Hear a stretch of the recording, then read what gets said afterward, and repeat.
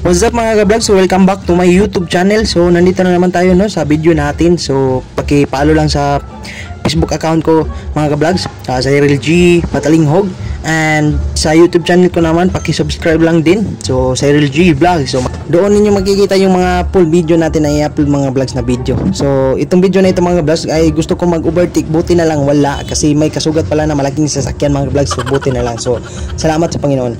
So ngayon mga vlogs is nandito na tayo sa bukid So bukid na ta. So hindi na sa nakikita yung video ng mga vlogs is hindi na siya maputik. So simentado na po siya mga vlogs kasi pinapatuloy pa rin yung project. So salamat din.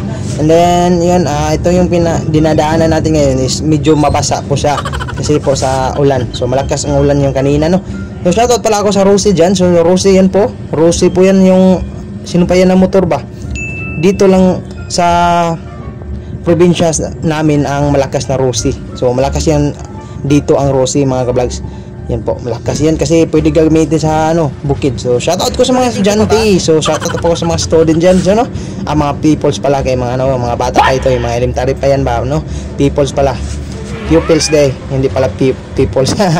Pupils day mga ka-vlogs So ayun, dito naman tayo So ditong dinadaanan ko ngayon is sobrang maputik to dito.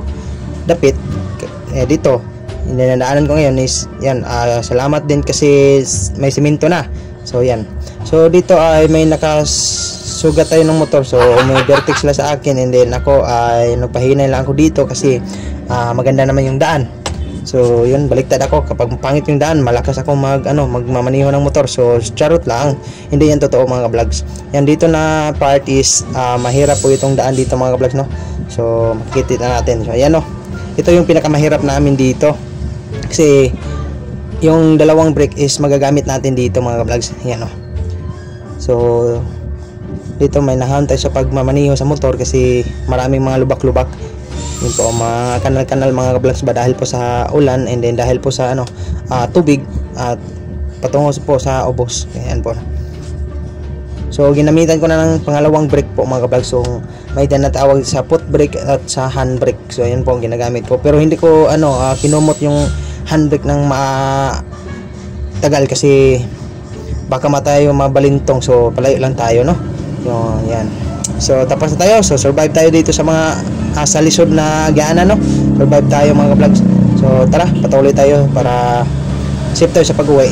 So yan, share ko na lang. So mabuting ang panahon dito mga vlogs dito sa area dito sa bukid mabuti kikita natin yung araw. So doon po yung kanina is umuulan doon po sa lungsod pa lang yun and then dito is tapos na yung ulan kaya uminit na siya dito mga ka-vlogs. Kaya nakikita natin na may silaw sa araw mga ka-vlogs.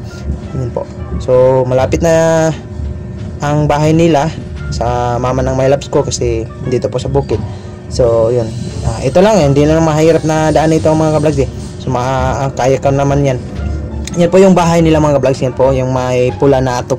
Yan po mga ka-vlogs. So parking pala ta dito parking ta diri. Okay, naabot na ta. Okay, naog sa motor atong pagngon kay mohog na beta. Nara mo na ilang balay dili na sa concrete, half concrete rin sa mga vlogs. So karon mga vlogs kay mobabay ko sa inyo. So babay sa inyong lahat sa video kong ito mga ka-vlogs So sana po suportahan niyo ako palagi. So see you sa next vlog ko mga ka-vlogs, and God bless you all and keep safe everyone. See you sa next vlog ko mga ka-vlogs. So salamat pala sa lahat ng sumusuporta sa akin. Bye bye.